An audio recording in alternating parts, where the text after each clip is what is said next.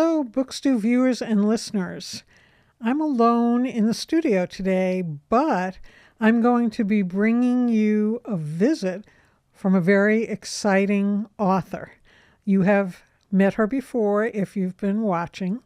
Her name is Lauren Francis-Sharma, and I first was introduced to her books. Her first novel was called Till the Well Runs Dry, and it came out in 2014. And I read it and I loved it. I wrote a review of it. And then in November of 2021, Lauren was a guest on Bookstew with another writer from Trinidad. Lauren is a native of Trinidad, and she's actually a dougla, which is a person of Trinidadian and Indian ancestry. I also had Celeste Muhammad on the show. She was calling in from Trinidad. Lauren was not. Lauren was in the United States, and it was my first time having an international book stew. But this time when Lauren's here, it's going to be right in Harvard Square, Cambridge. Lauren has a new book out called Casualties of Truth that has been reviewed in the Globe, in the Sunday New York Times, and in the Washington Post. So it's getting a lot of acclaim. And Lauren is on a book tour, and she's going to be arriving in a week on February 27th at the Harvard Bookstore in Cambridge. And I'm going to be meeting her there. And actually, I'm going to be picking her up at the airport, I think. And then we're going to tape her session at the bookstore, and that will be the March Book Stew. So I'm so looking forward to meeting Lauren in person. I've been following her for years, and it's really gratifying to have her having such great national success. So without further ado, here is Lauren Francis-Sharma with her book, Casualties of Truth, at the Harvard Bookstore in Cambridge.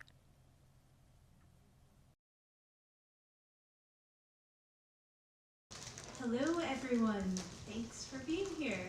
On behalf of Harvard Bookstore, I'm pleased to introduce tonight's event with Lauren Francis-Sharma, presenting her new novel, Casualties of Truth, in conversation with Mark Cecil.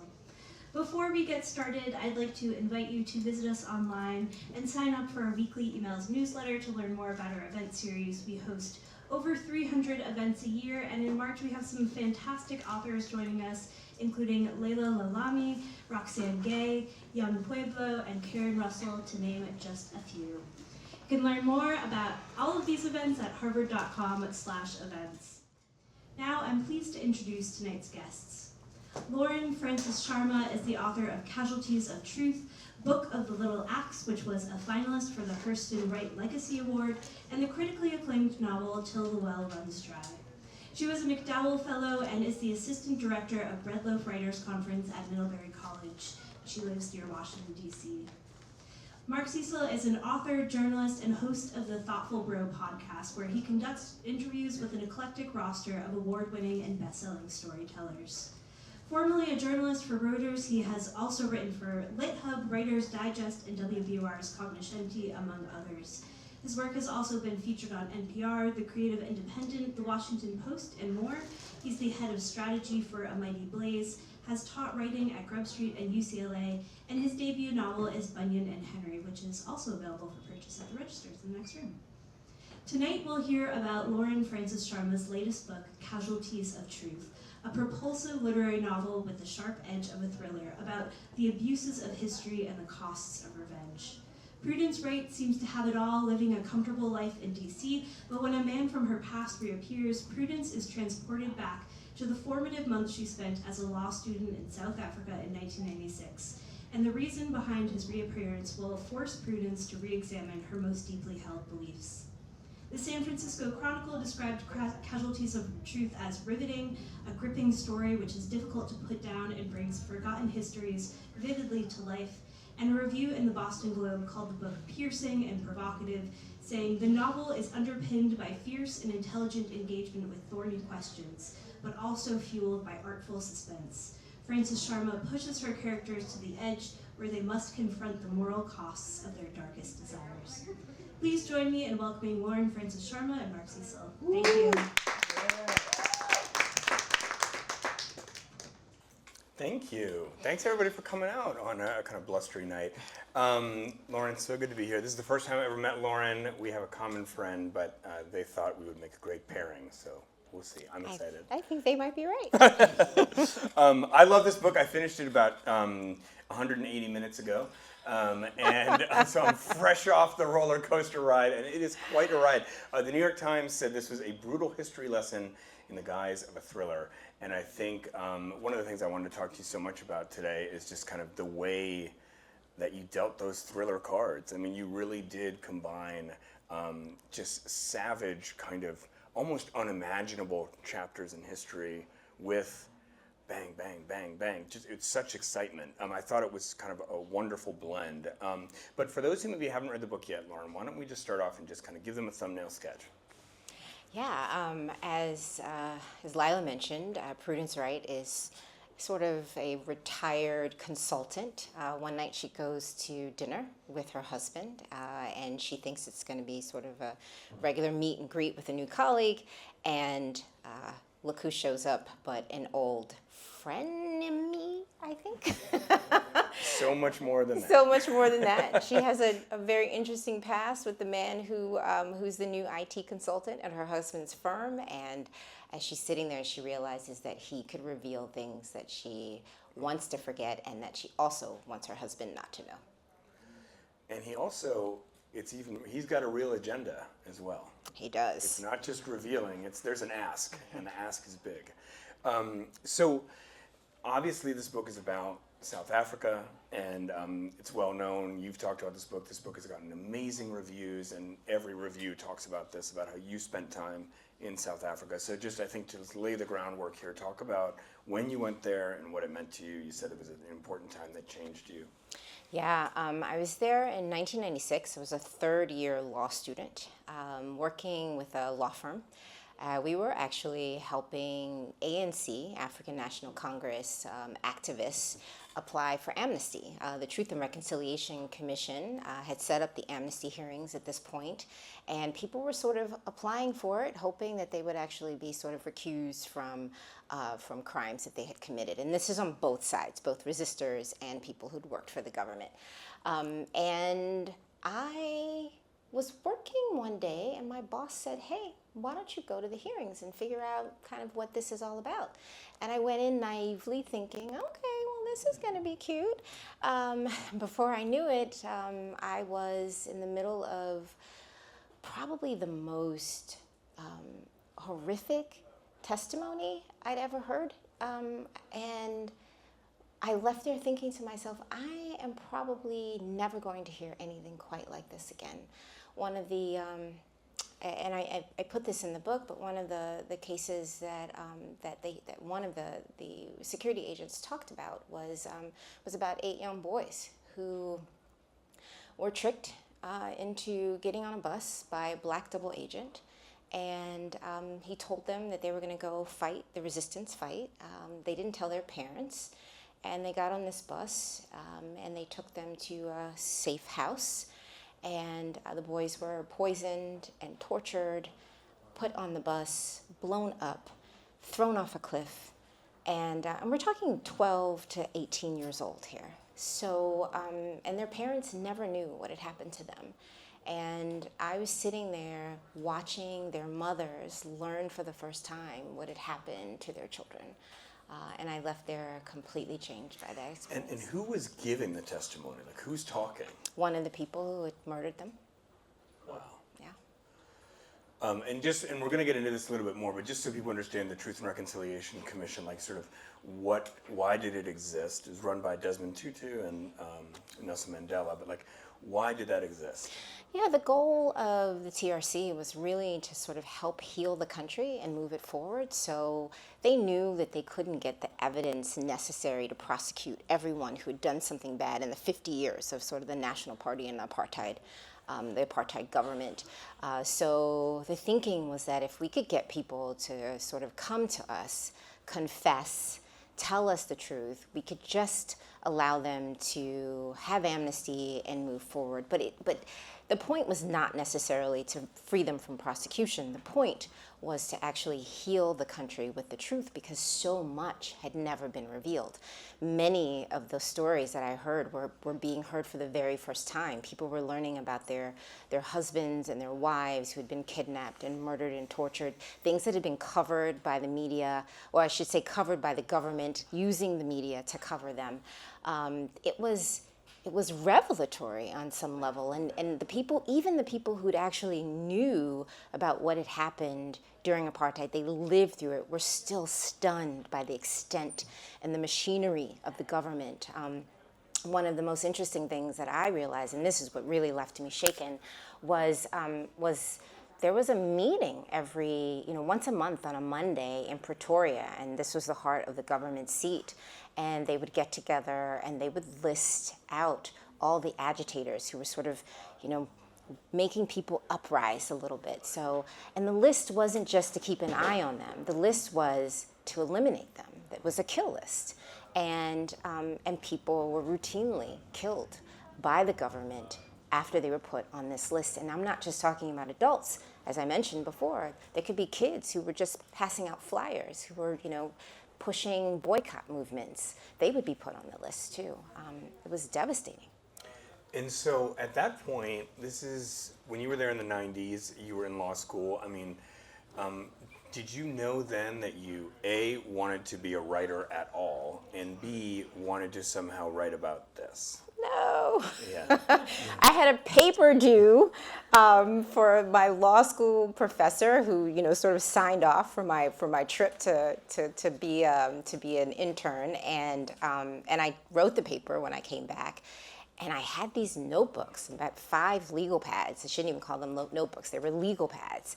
And I used them to write the paper, and then I put them in a box. And then every time I moved, I just brought the books with me. And I kept bringing them with me. And then, I got married and had kids, and I moved again. And my husband was like, "What's with this?" And I was like, "I don't know, but I'm keeping them." And it wasn't until COVID that I was sitting in the house, and you remember sort of what it was like during COVID, where we're all sort of, remembering the places we'd been and dreaming about being at the beach again, and, will I ever get back here? And one of those places that kept coming up for me was South Africa. I was thinking a lot about my time there, what it meant. I'd visited, obviously, many times afterward, and I was just thinking to myself, like, maybe now is the time to tell this story. And I went in the basement and I got my box out. And there it was, these little oily pages and everything. I wrote down everything that I heard, word for word. And I don't know why I was so compelled to do that. I didn't need as much to write my paper, but I wrote everything down. I even wrote my reactions to what I was hearing, which you can see on the pages of this book. So on my show one time, I was talking to George Saunders about Lincoln and the Bardo, and he had been recently paired with Colson Whitehead to talk about Underground Railroad, and we were talking about how that was a kind of an interesting and inspired pairing, because the thing about those two books is that one is talking about slavery and one is talking about Abraham Lincoln. These are two of the most thought about and talked about things in American history, and so the question for these great artists is, how am I ever going to find a way into this material that will make people want to read about it, shed new light on it? What is the avenue for expression? And both those guys came up with extremely interesting ways into that material, and it made for really successful work.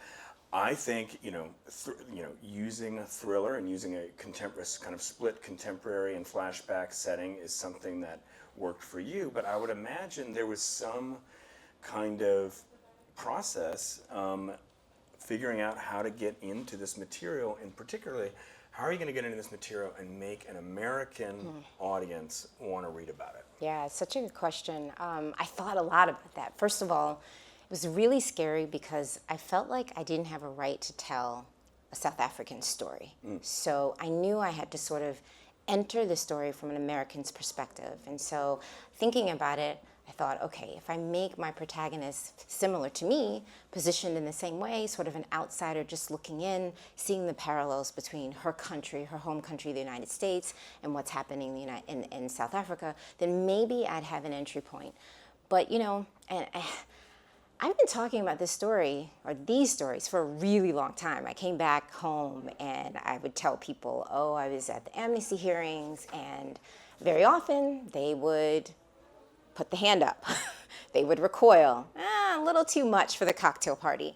And soon I started to realize that no one wanted to hear them. No one wanted to actually get into the details of what happened during apartheid. It was over. Nelson Mandela had won the election. Things were okay now. Why do we need to revisit this? So I knew when I was telling the story that I had to do it in a way that, or at least I tried to do it in a way that you wouldn't want to put the book down. That even though you were getting sort of the things that I wanted you to get, which was about the history of this very terrible moment in South African history, I just felt very much like it wasn't enough, that I had to give you these moments sort of in a very contemporary story and with a character that was compelling, but also torn, morally torn in many ways. So thinking about why you brought the book to life the way you did, I think there's two parts of it. I think one is, my read is that you were compelled to talk about it because you just couldn't forget it. So there was something that you needed to do in writing this book. Mm-hmm. But there's also, I think, a part of you that thinks people ought to know. Mm-hmm. So I just want to talk about both of those. First, with the why people ought to know. First, do you agree that was part of why you wanted to write? Okay. Sure. And so tell us why. What can we learn from engaging with this terrible history? Yeah. Well, let me just say, when I was writing the book, I didn't quite know that we were going to be where we are right now in the U.S. with apartheid and South Africa coming up as often as it has. I couldn't have paid for this kind of publicity. With a South African in the White House. With a South African, our shadow president.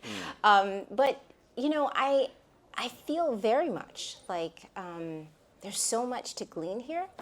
Obviously, as a storyteller, I think it's really important that we focus on people's stories, that we bear witness to what happened.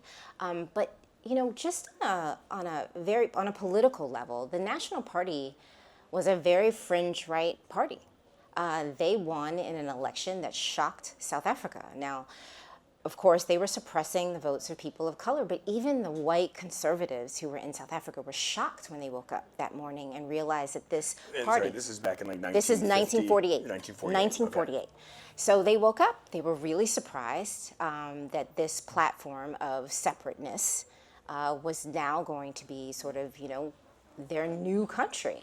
And there's a lot to glean from that. There's a lot to see about sort of, when they won that election, they got up and they said very clearly, we do not want outsiders involved in how we run our country. We're going to mold the youth. We have a choice. We can have equality or we can save the white race.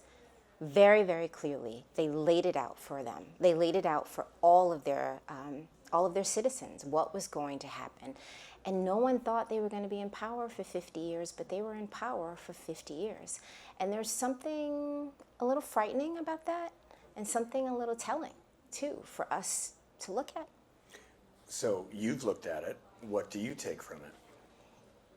I take... Into our present moment. Into our present moment. I see many similarities in the language.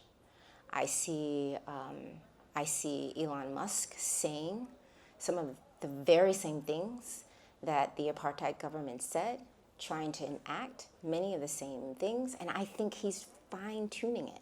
He's making sure that losing this country doesn't happen the way that it happened in South Africa. I think there's a lot to learn if we actually focus. Is there anything...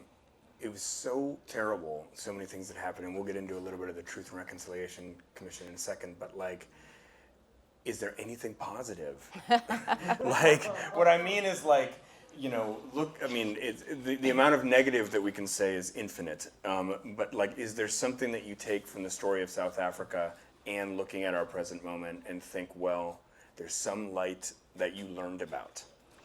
Sure. Apartheid's over. It ended. And it ended because community action began to sort of snowball, right? I mean, you had people who were of different religions, different races, whites, Indians, Asians. I mean, the whole thing, they all came together over and over and over again saying, this is not what we want. This isn't the country that we want. And eventually they began to wear things down. And let me just say that, they also had to reach out to other countries. They reached out to us. They reached out to the UK.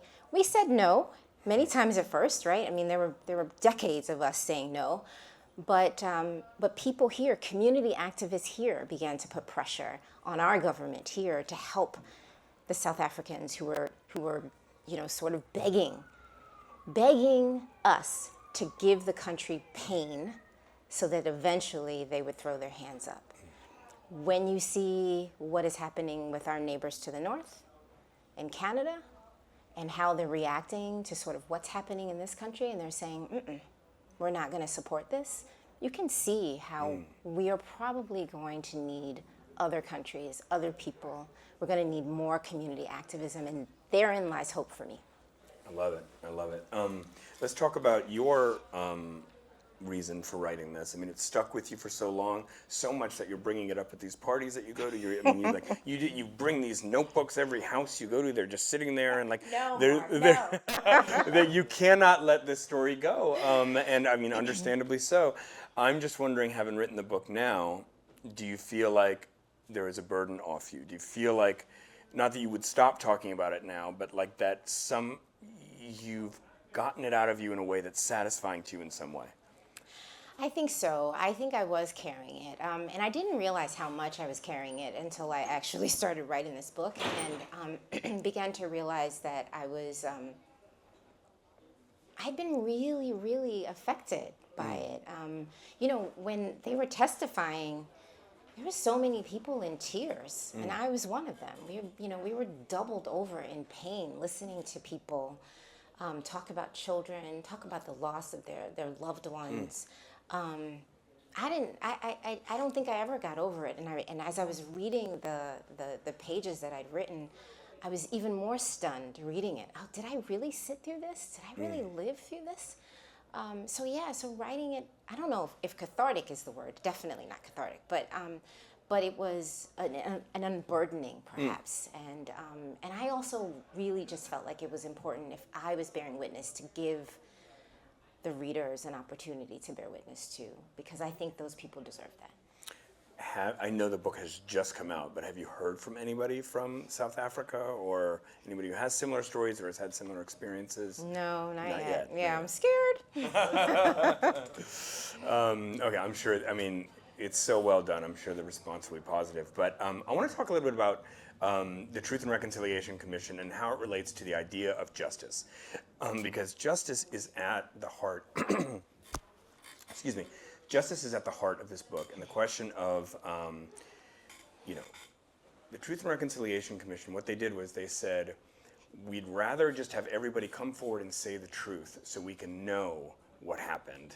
And I think it's a very kind of Christian notion undergirding it, which is like, when there is truth, then there will be forgiveness. And I haven't studied it, but, the real comparable is the Nuremberg trials, right? So after World War II, there was the Nuremberg trials, and that was about justice. That was like, if there's going to be reconciliation, justice comes first.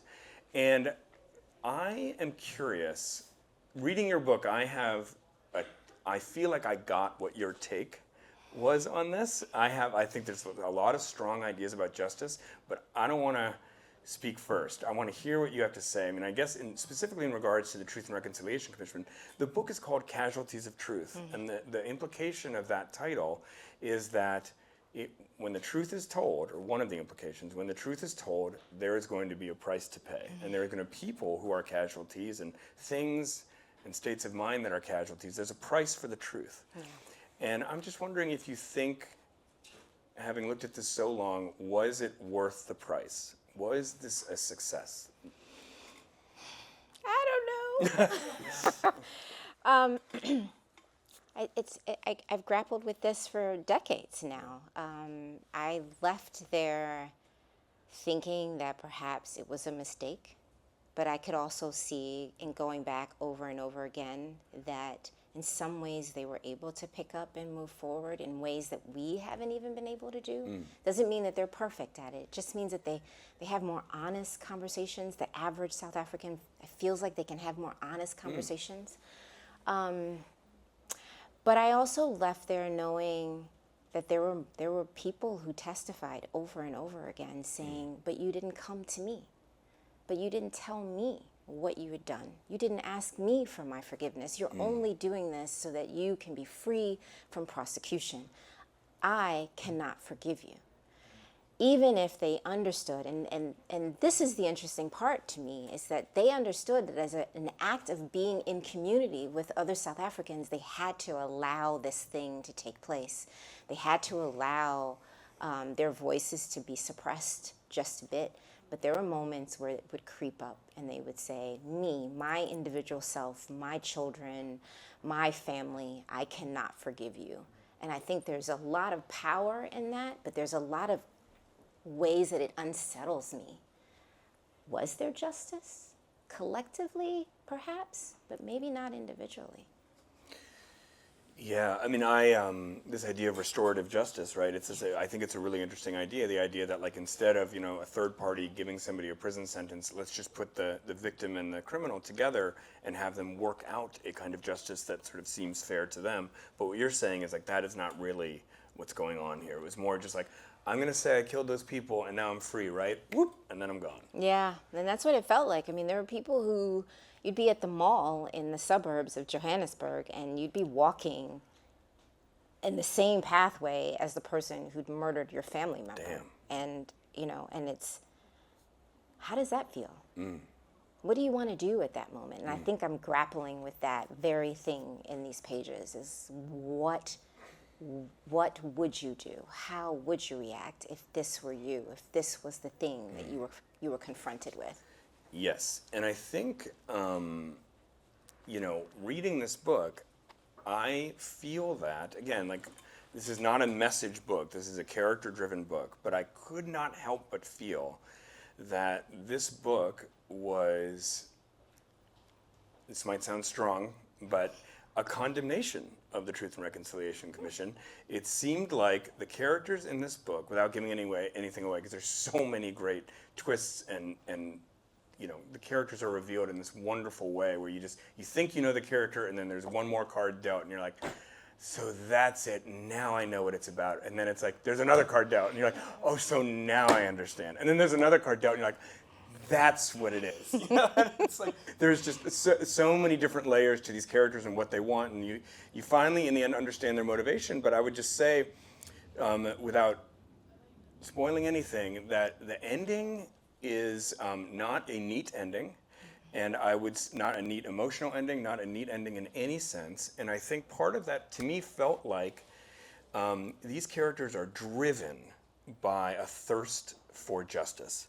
These are characters with such pain in their past. They've been wronged. There's horrific scenes of what have been done to these characters. And the whole book is about them learning the truth, or knowing the truth, and trying to kind of make it right. And they are not completely successful. I don't want to say anything more about that, but it's like, it is not that there's not justice in the end, in a neat way.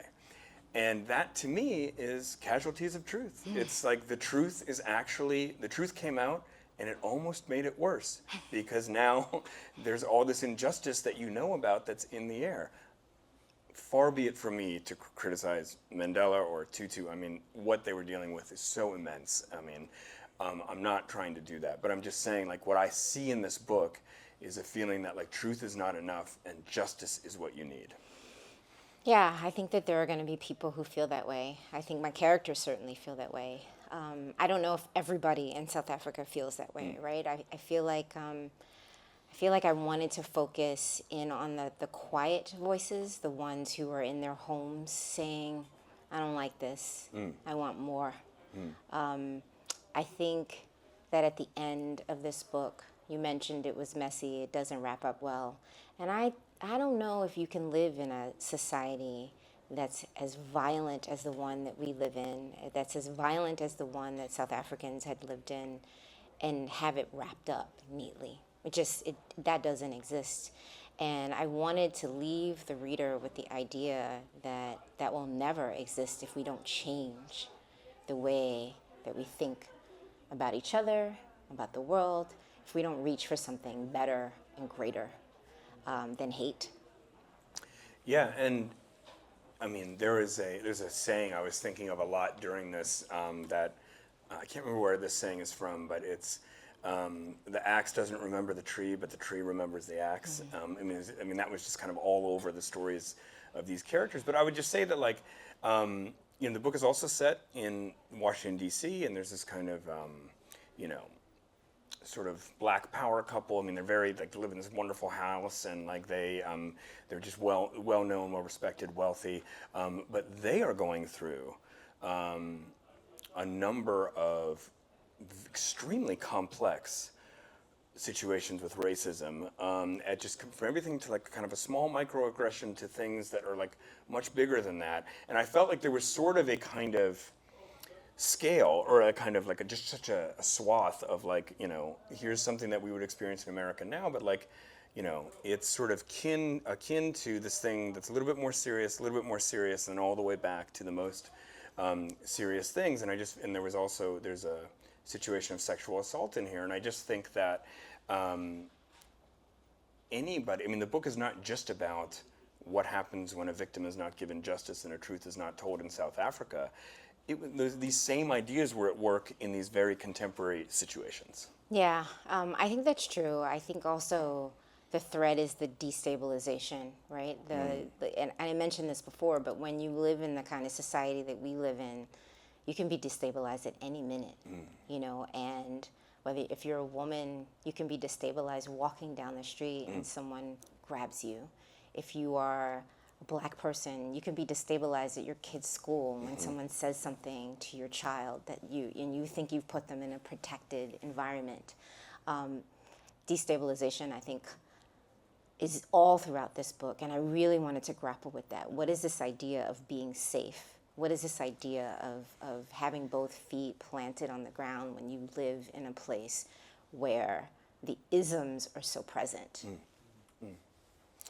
I'm going to open it up to questions in just a few minutes, but I guess one of the things I wanted to talk about outside of this book is your own writing journey. And I think I know a few people in here are writers themselves, and at various stages in their career. And for me, I see some similarity in your story. I was in the corporate world, and I had this moment where I just couldn't take it anymore, and I just thought, you don't live forever, and everybody's situation is unique, but I reached a breaking point where I just sort of snapped, and I had to go chase this dream, and that's what I did. And I think another thing I relate to in your story is how long it was between the snap and the decision to kind of lead a different kind of life, and when I reached a point where I actually had a book out in the world. So I just think I would love to hear you tell your story about how you kind of came to this path.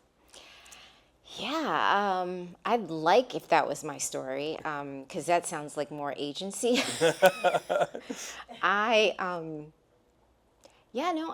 For me, I was planning on going back to practice law. Like I had the second child, and I was married to an attorney, and things weren't working so well with two attorneys trying to fight for like who's going to actually go home and take care of the kids. And so I sort of retreated, and I said, okay, I'll just spend a couple of years and go back to work, because that's who I was. I went to law school. I was supposed to practice law. My immigrant parents were like, of course you have to go back. And it was during that time at home where I began to feel the itch again. And I'd had this itch for a long time. I scratched it a few times, but I was unsuccessful getting things published, and decided for a really long time, you're never going to write again. Like, please, you failed at this. Do not do this. And so I'm home, and I'm thinking to myself, maybe to try one more time. maybe this time you kind of do it differently. Maybe you take a class, maybe you do something. And so I did. And before I knew it, I was really like feeling this thing come together. And then I sold it.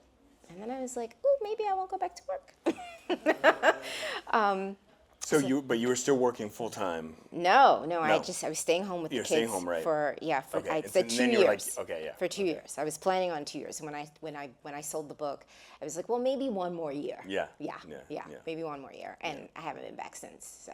And there's always sort of a conversation with your partner, right? Yeah. About Yeah. was that? I don't want to delve too much into it, but that was approval or skepticism? Or? Oh, skepticism! What? He married an attorney. He didn't marry like a poor writer.